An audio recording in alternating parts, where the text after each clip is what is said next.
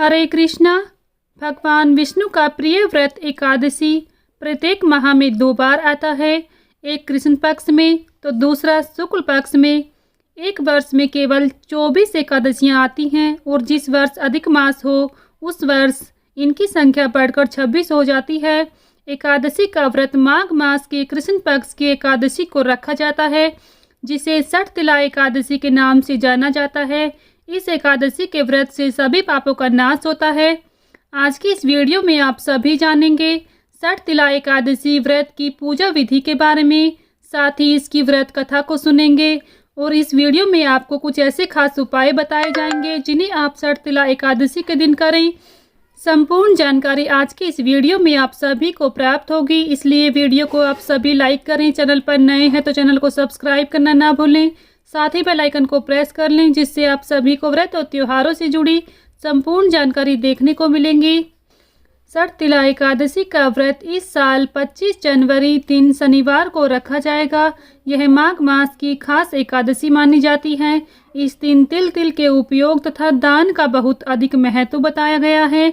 इस दिन भगवान श्री विष्णु का पूजन तिलों से करने का महत्व है और नहाते समय जल में तिल मिलाकर स्नान करने से आरोग्य अच्छा रहता है। साथ ही तिल का दान, हवन, तर्पण आदि करना चाहिए। इस दिन तिल का अधिक से अधिक उपयोग करने से पुण्य की प्राप्ति होती है। आइए अब आपको बताते हैं षटतिला एकादशी के दिन पूजा विधि क्या रहेगी। इस दिन तिल स्नान, तिल का उपटन, तिल का हवन, तिल का तर्पण, तिल का भोजन और तिलों का दान, ये 6 प्रकार के हैं। इनके प्रयोग के कारण यह षटतिला एकादशी कहलाती है और इसका बहुत ही पुण्य प्राप्त होता है। माघ मास की 10वीं एकादशी के दिन मनुष्य को स्नान आदि करके शुद्ध रहना चाहिए।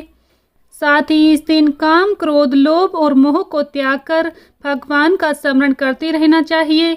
एकादशी के दिन सफ़ेद तिल का उपटन लगाकर पानी में तिल मिलाकर स्नान करने का विशेष महत्व है, इसलिए इस दिन तिल का उपटन लगाएं। साथ ही पानी में तिल मिलाकर स्नान करें।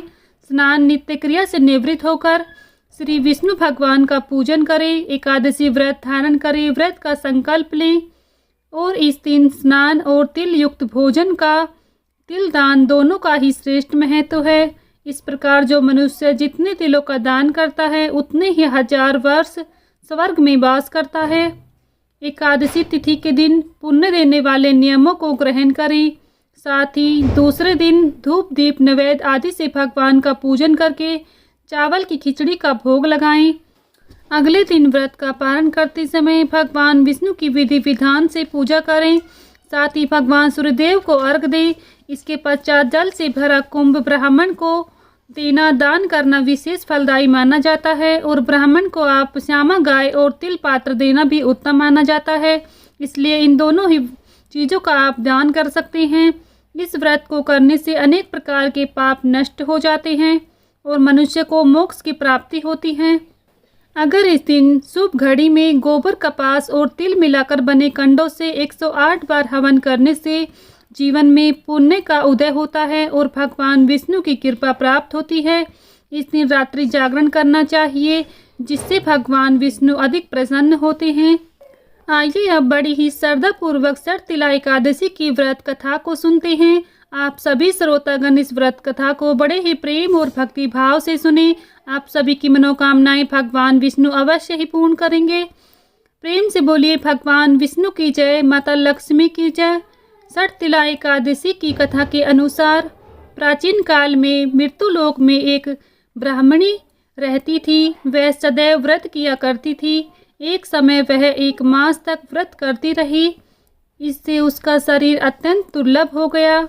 यद्यपि वह अत्यंत बुद्धिमान थी, उसने कभी देवताओं या ब्राह्मणों के निमित्त अन्न और धन का दान नहीं किया था। इससे मैंने सोचा कि ब्राह्मणी ने व्रत आदि से अपना शरीर शुद्ध कर लिया है, अब इसे विष्णु लोक तो मिल ही जाएगा, परंतु इसने कभी अन्न का दान नहीं किया, इससे इसकी तृप्ति होना कठिन है। भगवान ने आगे कहा, ऐसा सोचकर मैं भिखारी के वेश में मृत्युलोक में उस ब्राह्मणी के पास गया और उससे भिक्षा मांगी। ब्राह्मणी बोली, महाराज किस लिए आए हो? मैंने कहा मुझे भिक्षा चाहिए। इस पर उसने एक मिट्टी का ढेला मेरे भिक्षा पात्र में डाल दिया। मैं उसे लेकर स्वर्ग में लौट आया। कुछ समय बाद ब्राह्मणी भी शरीर त्याग कर स्वर्ग में आ गई। उस ब्राह्मणी को मिट्टी का दान करने से स्वर्ग में सुंदर महल मिला, परंतु उसने अपने घर को अनादि सब सामग्रियों से शून्य पाया। घबराकर वह मेरे पास आई और कहने लगी कि भगवान, मैंने अनेक व्रत आदि से आपकी पूजा की है, परंतु फिर भी मेरा घर अनादि से सब वस्तुओं से शून्य है। इसका क्या कारण है? इस पर भगवान ने कहा, पहले तुम अपने घर जाओ। देवी स्त्रियों आएंगी जिन्हें देखने के लिए। पहले उनसे षटतिला एकादशी का पुण्य और विधि सुन लो, तब द्वार खोलना। मेरे ऐसे वचन सुनकर वह अपने घर गई। जब देवी स्त्रियाँ आईं और द्वार खोलने को कहा तो ब्राह्मणी बोली, आप मुझे देखने आई हैं तो षटतिला एकादशी का महात्म्य मुझे कहो। उनमें से एक देव स्त्री कहने लगी कि मैं कहती हूँ। जब ब्राह्मणी ने षटतिला एकादशी का महात्म्य सुना तब द्वार खोल दिया। देवांगनाओं ने उसको देखा कि ना तो वह गंधर्वी है और ना ही असुरी है, वरन पहले जैसी मानुषी है। उस ब्राह्मणी ने उसके कथानुसार षटतिला एकादशी का व्रत किया। इसके प्रभाव से वह सुंदर और रूपवती हो गई तथा उसका घर अन्न आदि से समस्त सामग्रियों से युक्त हो गया। अतः मनुष्य को मूर्खता त्याग कर षटतिला एकादशी का व्रत और लोभ न करके तिल आदि का दान करना चाहिए। इससे अनेक प्रकार के कष्ट, दुर्भाग्य, दरिद्रता दूर होकर मोक्ष की प्राप्ति होती है। तो प्रेम से बोलिए भगवान विष्णु की जय, माता लक्ष्मी की जय। षटतिला एकादशी के दिन कुछ विशेष उपाय करने से घर में सुख समृद्धि बढ़ती है।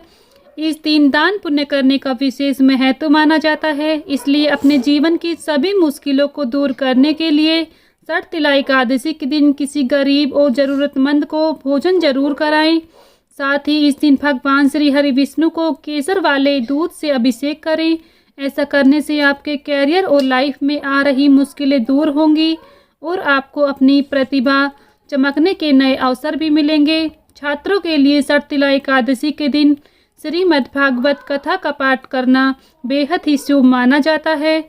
अगर आप आर्थिक दिक्कतों से परेशान हैं तो षटतिला एकादशी के दिन प्रातःकाल स्नान करके ब्रह्म मुहूर्त में भगवान श्री हरि विष्णु की पूरी श्रद्धा के साथ पूजा करें और एक पान के पत्ते में ओम विष्णवे नमः लिखकर भगवान के चरणों में अर्पित करें।